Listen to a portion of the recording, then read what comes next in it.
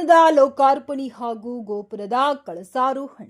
ವಿಜಯನಗರ ಜಿಲ್ಲೆ ಹರಪನಹಳ್ಳಿ ತಾಲೂಕಿನ ಎನ್ ಚಿರನಹಳ್ಳಿ ಗ್ರಾಮದಲ್ಲಿ ದಿನಾಂಕ 27 ಏಪ್ರಿಲ್ 2026ರಿಂದ ಏಪ್ರಿಲ್ 28, 2026ರಂದು ಶ್ರೀ ದುರ್ಗಾಂಬಿಕಾ ದೇವಿ ಮತ್ತು ಮರಿಯಮ್ಮ ದೇವಿಯವರ ಪ್ರಾಣ ಪ್ರತಿಷ್ಠಾಪನೆ ಹಾಗೂ ನೂತನ ದೇವಿಯರ ದೇವಸ್ಥಾನ ಲೋಕಾರ್ಪಣೆ ಹಾಗೂ ಗೋಪುರ ಕಳಸಾರೋಹಣ ಅದ್ದೂರಿಯಾಗಿ ಸಕಲ ವಾದ್ಯಗಳು ಒದಗಿ ಶ್ರೀ ಶ್ರೀ ಬಸವಮೂರ್ತಿ ಮಾದರ ಚೆನ್ನಯ್ಯ ಹಾಗೂ ಶ್ರೀ ಪರಮ ಪೂಜ್ಯ ಪೂರ್ಣಾನಂದ ಭಾರತಿ ಸ್ವಾಮಿಗಳು ಕಳಸಾರೋಹಣ ನೆರವೇರಿಸಿದರು. ಊರಿನ ಭಕ್ತಾದಿಗಳು ಹಾಗೂ ದೈವಸ್ಥರು ಸೇರಿದಂತೆ ಗಂಗೆ ಪೂಜೆ ನಂತರ ಚಿದಾನಂದ ಭಟ್ಟರು ಅಭಿಷೇಕ ಮಾಡಿ ಕಳಸಾರೋಹಣ ನೆರವೇರಿಸಿ ವೇದಿಕೆ ಕಾರ್ಯಕ್ರಮ ದೀಪ ಬೆಳಗುವುದರ ಮೂಲಕ ಚಾಲನೆ ನೀಡಿ ಶ್ರೀ ಶ್ರೀ ಬಸವಮೂರ್ತಿ ಮಾದರ ಚೆನ್ನಯ್ಯ ಸ್ವಾಮಿಗಳು ಸಕಲ ಭಕ್ತಾದಿಗಳನ್ನ ಕುರಿತು ಮೊದಲು ತಮ್ಮ ಮಕ್ಕಳನ್ನ ಶಿಕ್ಷಣಕ್ಕೆ ಹೆಚ್ಚು ಆದ್ಯತೆ ಕೊಡಿ ಮತ್ತು ದೇವಸ್ಥಾನ ಲೋಕಾರ್ಪಣೆ ಹಾಗೂ ಗೋಪುರದ ಕಳಸಾರೋಹಣ ಶ್ರದ್ಧೆ ಭಕ್ತಿಯಿಂದ ಮಾಡಿ ದೇವರ ಕೃಪೆಗೆ ಪಾತ್ರರಾಗಿದ್ದೀರಿ ಎಂದರು. ಈ ಸಂದರ್ಭದಲ್ಲಿ ಪಿಯುಸಿಯಲ್ಲಿ ಅತಿ ಹೆಚ್ಚು ಅಂಕ ಗಳಿಸಿದವರಿಗೆ ಮತ್ತು ಮಾದಿಗ ಸಮಾಜದ ನ್ಯಾಯಾಧೀಶರಾದ ಸುಪ್ರಿಯಾ ಇವರಿಗೆ ಸನ್ಮಾನ ಮಾಡಲಾಯಿತು.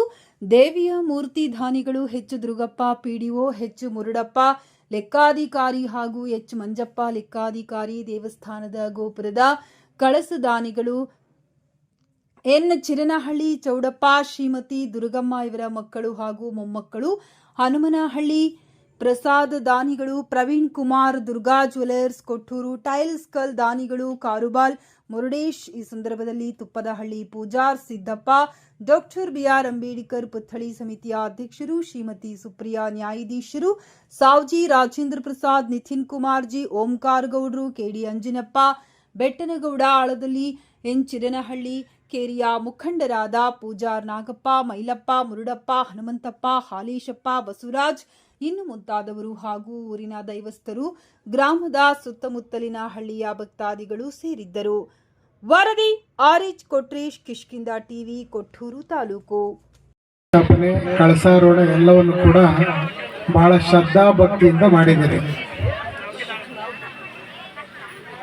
ನಾವು ಯಾವುದೋ ಒಂದು ಸಾರ್ವಜನಿಕ ಹಬ್ಬವನ್ನು ಈ ರೀತಿ ಮಾಡ್ತೀವೋ ಇಲ್ಲ ಗೊತ್ತಿಲ್ಲ, ಆದರೆ ನಾವು ನಂಬಿರುವಂಥ ದೇವರ ಹೆಸರಿನಲ್ಲಿ ಕಟ್ಟಿರುವಂಥ ದೇವಸ್ಥಾನದ ಉದ್ಘಾಟನೆ ಮತ್ತು ಅದರ ಪ್ರತಿಷ್ಠಾಪನೆಯನ್ನು ನಮ್ಮ ಗೃಹ ಪ್ರವೇಶದ ಸಂಭ್ರಮಕ್ಕಿಂತ ಹೆಚ್ಚಾಗಿ ಎಲ್ಲರೂ ಸಡಗರದಿಂದ ಮಾಡ್ತೀವಿ. ಯಾಕೆಂತ ಹೇಳಿದ್ರೆ, ನೀವೆಲ್ಲರೂ ಇಷ್ಟು ಒಗ್ಗಟ್ಟಾಗಿ ಯಾಕೆ ಮಾಡ್ತೀರಿ ಅಂತ ಹೇಳಿದ್ರೆ, ಒಂದು ನಂಬಿಕೆ. ಭಾರತ ದೇಶದಲ್ಲಿ ಧಾರ್ಮಿಕ ನಂಬಿಕೆ ಅನ್ನುವಂಥದ್ದು ಈ ದೇಶವನ್ನು ಬಿಟ್ಟಿಲ್ಲ. ಭಾರತವನ್ನು ಬಿಟ್ಟು ನಾವೇ ಹೇಗಿರಲಿಕ್ಕೆ ಸಾಧ್ಯವಿಲ್ಲ, ಹಾಗೆ ಭಾರತ ದೇಶದಲ್ಲಿರುವಂಥ ನಾವುಗಳು ಧಾರ್ಮಿಕ ನಂಬಿಕೆಯನ್ನು ಕೂಡ ನಾವು ಬಿಟ್ಟಿಲ್ಲ.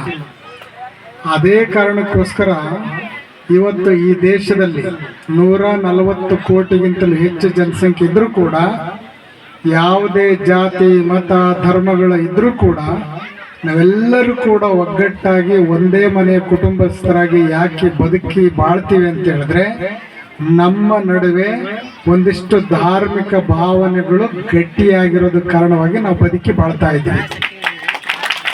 ಅದು ದೇವರು ಇರ್ಬೋದು, ದಿಂಡಿರ್ಬೋದು, ಮಠ ಇರ್ಬೋದು, ಮಂದಿರ ಇರ್ಬೋದು.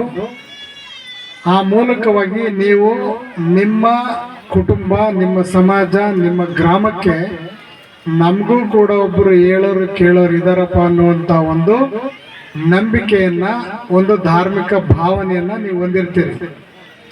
ನಮ್ಮ ಮನೆಯಲ್ಲಿ ಯಾರು ಹೇಳೋರು ಕೇಳೋರು ಇಲ್ಲ ಅಂತ ಹೇಳಿದ್ರೆ ನಮ್ಮ ಗಾಡಿಗಳು ಎತ್ತತ್ಲಾಗ ಹೋಗ್ತಿರ್ತವೆ. ಆ ಮನೆಯಲ್ಲಿ 4 ಜನ ಮಕ್ಕಳು, ಒಬ್ಬನು 4 ದಿಕ್ಕು ಅಂತ ಹೇಳಿದ್ರೆ ಪಕ್ಕದವ್ರು ಹೇಳ್ತಿರ್ತಾರೆ, ಆ ಮನೆಗೆ ಒಬ್ಬನ ಯಜಮಾನಿಲ್ಲ, ಹೇಳೋರು ಕೇಳೋರು ಯಾರಿಲ್ಲ ಅಂತ. ಆ ಕಾರಣಕ್ಕೋಸ್ಕರನೇ ನಮ್ಮ ತಲಾಂತರದಿಂದ ನಮ್ಮ ದೇಶದಲ್ಲಿ, ವಿಶೇಷವಾಗಿ ನಮ್ಮ ಸನಾತನ ಪರಂಪರೆಯಲ್ಲಿ ಮನೆಗೊಬ್ಬರನ್ನ ಯಜಮಾನರನ್ನಾಗಿ ಮಾಡಿದ್ದೀವಿ. ಇವತ್ತಿನ ದಿನ ಈ ಸಮಾಜಕ್ಕೆ ಅಂದ್ರೆ ಅತ್ಯಂತ ತುಳಿತಕ್ಕೆ ಒಳಗಾಗಿರ್ತಕ್ಕಂಥ ಈ ಸಮಾಜ, ಇದನ್ನ ಎಚ್ಚರಿಸ್ತಕ್ಕಂಥ ಒಂದು ಕಾರ್ಯಕ್ರಮವನ್ನ ಈ ಚೀರ್ನಹಳ್ಳಿ ಗ್ರಾಮದ ಎಲ್ಲ ಹಿರಿಯರ ಸಹಯೋಗದೊಂದಿಗೆ ದೇವಸ್ಥಾನ ಉದ್ಘಾಟನೆ ಮಾಡುವ ನೆಪದಲ್ಲಿ ಸಂಘಟಿಸಿದ ಎಲ್ಲ ಸಂಘಟಕರಿಗೂ ನನ್ನ ಹೃದಯಪೂರ್ವಕ ಧನ್ಯವಾದಗಳು. ಶ್ರೀ ದುರ್ಗಾಂಬಿಕಾ ದೇವಿ ಮತ್ತು ಮರಿಯಮ್ಮ ದೇವಿಯವರ ನೂತನ ಕಟ್ಟಡ ಉದ್ಘಾಟನೆ ನೆಪ ಮಾತ್ರವಾಗಿದ್ದರೂ ಇಲ್ಲಿ ಮುಖ್ಯವಾಗಿ ನಮ್ಮ ಬಂಧುಗಳನ್ನ ಜಾಗೃತೆಗೊಳಿಸ್ತಕ್ಕಂಥ 4 ಹಿತಾಶೀರ್ವಾಚನವನ್ನ ನಮ್ಮ ಶ್ರೀಗಳು ಮಾಡ್ತಾ ಇದ್ರು. ನಾನು ಬಹಳ ಉತ್ಸುಕನಾಗಿ ಈ ಗ್ರಾಮಕ್ಕೆ 10ವರೆಗೆ ಬಂದೆ. ಯಾಕಂದ್ರೆ ನೀವು ಇನ್ವಿಟೇಷನ್ ನಲ್ಲಿ 8:30 ಕೊಟ್ಟೂರಲ್ಲಿ ಇದ್ದಿದ್ರಿಂದ ಅದು ಮುಗಿಸ್ಕೊಂಡು ಬಂದೆ. ಕೊನೆಯ 4 ನುಡಿಗಳನ್ನಾದರೂ ನಾನು ಶ್ರೀಗಳ ಆಶೀರ್ವಚನ ಕೇಳಿದೆ. ಅವರ ಹೃದಯ ಮಿಡಿಯುತ್ತಿತ್ತು, ನೀವೆಲ್ಲರೂ ವಿದ್ಯಾವಂತರಾಗಿ, ನೀವೆಲ್ಲರೂ ನಾವು ಯಾರಿಗೂ ಸುಮಾರಲ್ಲ,